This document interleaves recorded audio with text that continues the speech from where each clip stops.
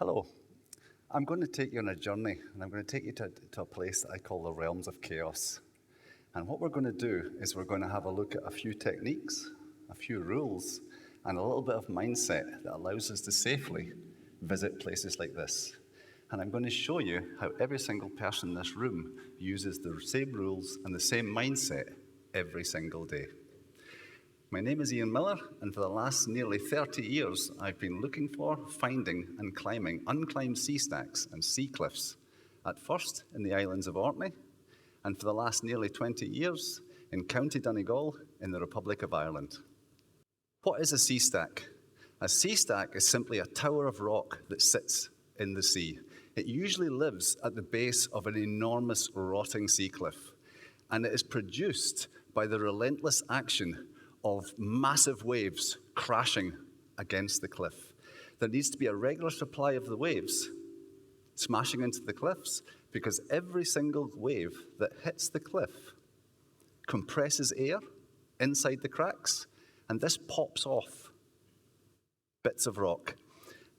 And what that does is it causes the cliff to recede. The cliff will move back over hundreds, if not thousands of years.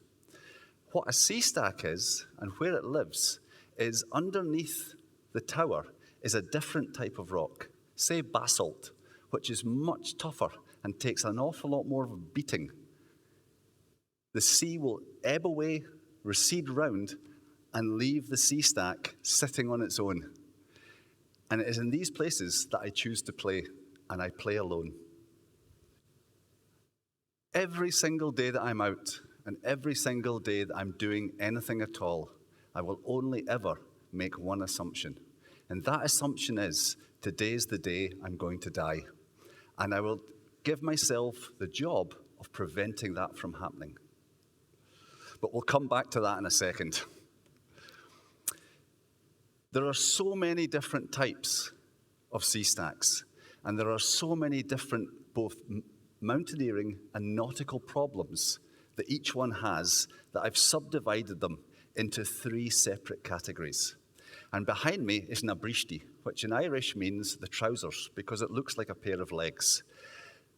And this is category 1, the inner realms. And what we have here is at the base of the stack, we've got lots and lots of islands. And as the sea goes out twice a day, these islands appear. Also, you can see to the left, it looks like the cliff is trying to give the stack a hug.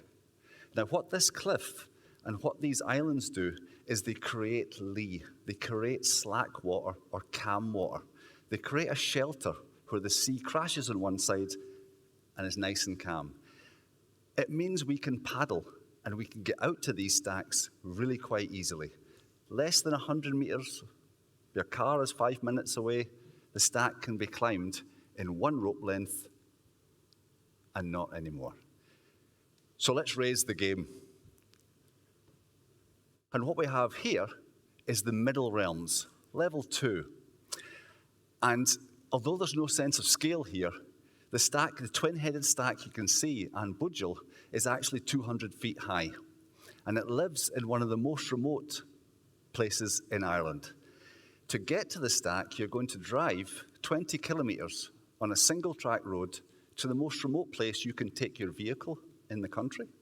And then you're going to walk for about an hour and a half to get to the summit, way to the left of the picture.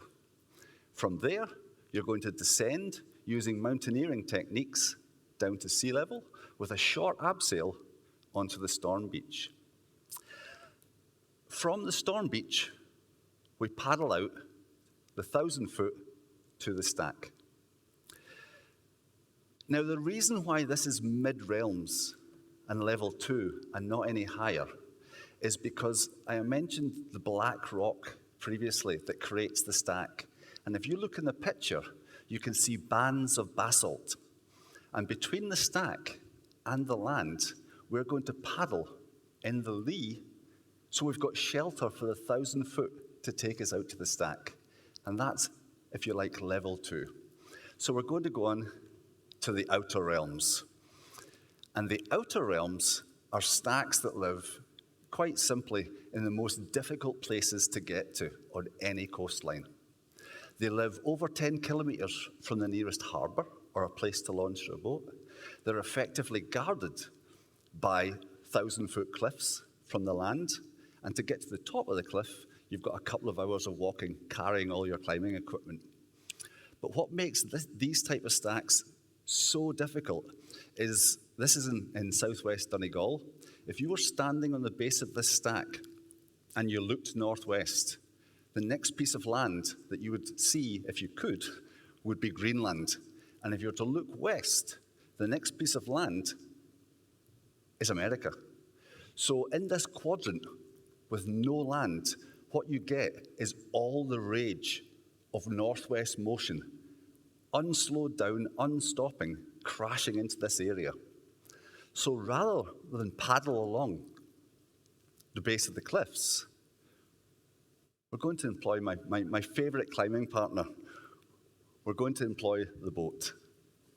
So this guy's been on lots and lots of places with me.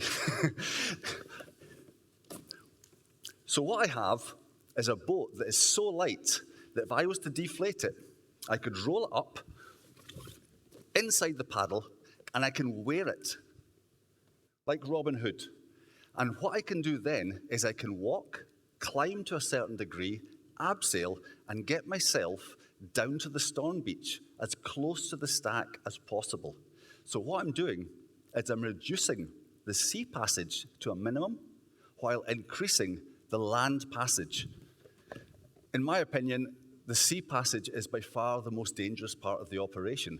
So I've now got it as small as possible, and ideally, I'm going to use the stack as shelter to get out to it. So I don't wear a buoyancy aid. Instead, I tie myself to my mighty vessel. On the other side of the stack is my cargo, and this is my climbing equipment. It's ropes, it's bits and pieces. If I'm not going to use a rope, it contains my shoes and my sandwiches, but this is my cargo. The boat itself has got 3 chambers, a floor, an inner, and an outer. And even if I burst any 2 of these chambers, there's enough air in the third undamaged chamber to get me back to land. I get in the boat, and I'm now paddling out to the stack.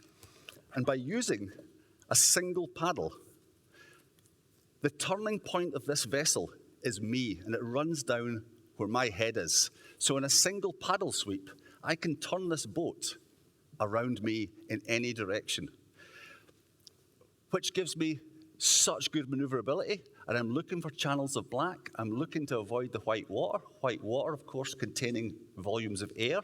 And if you try and paddle white water, you're paddling against air. You don't go very far.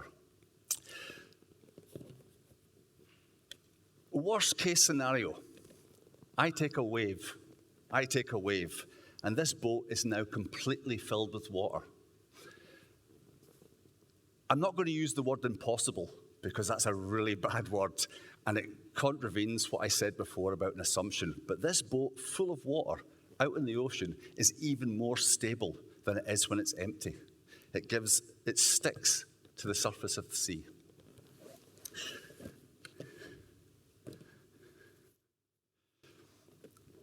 You can see in the picture the boat in use, and this is Bothanvara off the north coast of Ireland on the first ascent.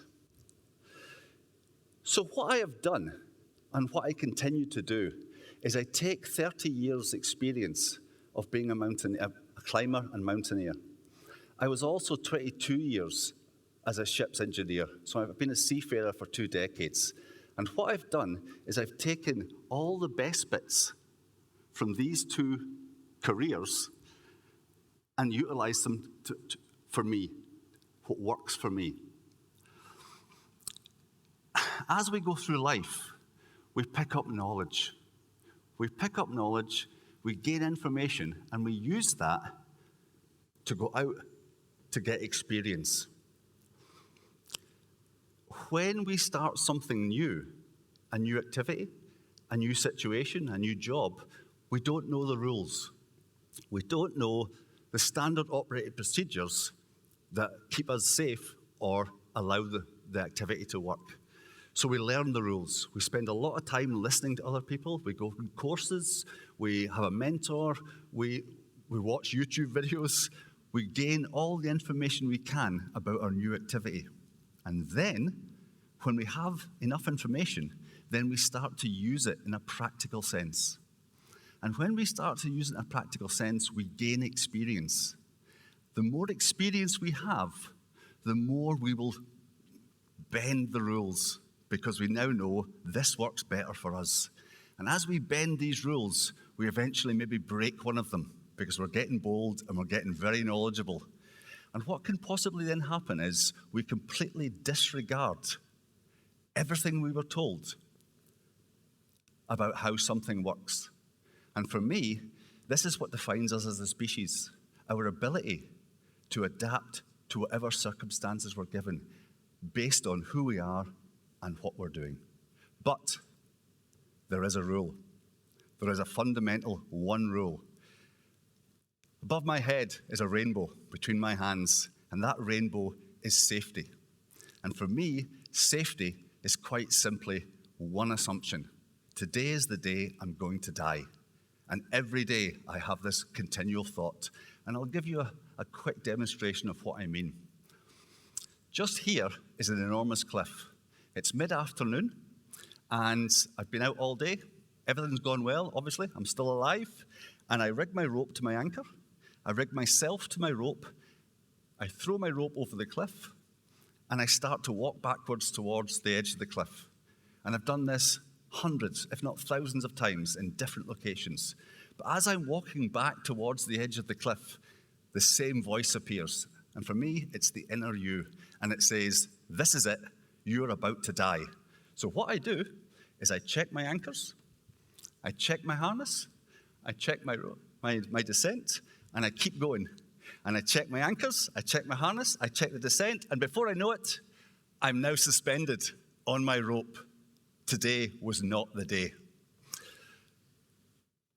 But how does that affect you? How does that affect someone that never, ever abseils, never, ever heard of a sea stack before, and certainly doesn't want to try climbing? It looks awful. Every single day, you do things and you make assumptions. And I'll give you a prime example. Every morning, you get in your car and you drive to work. It's a 30-minute journey, and you've done it for the last 10 years. How many of you, before you start that engine and drive your car, test the brakes? Or do you simply start the engine and drive off and make the assumption that the brakes are going to work because they worked yesterday? It's just a thought.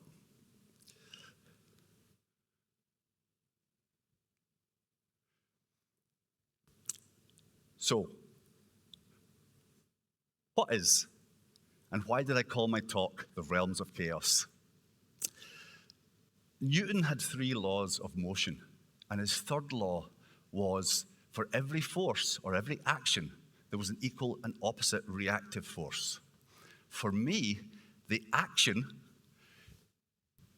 is gaining experience.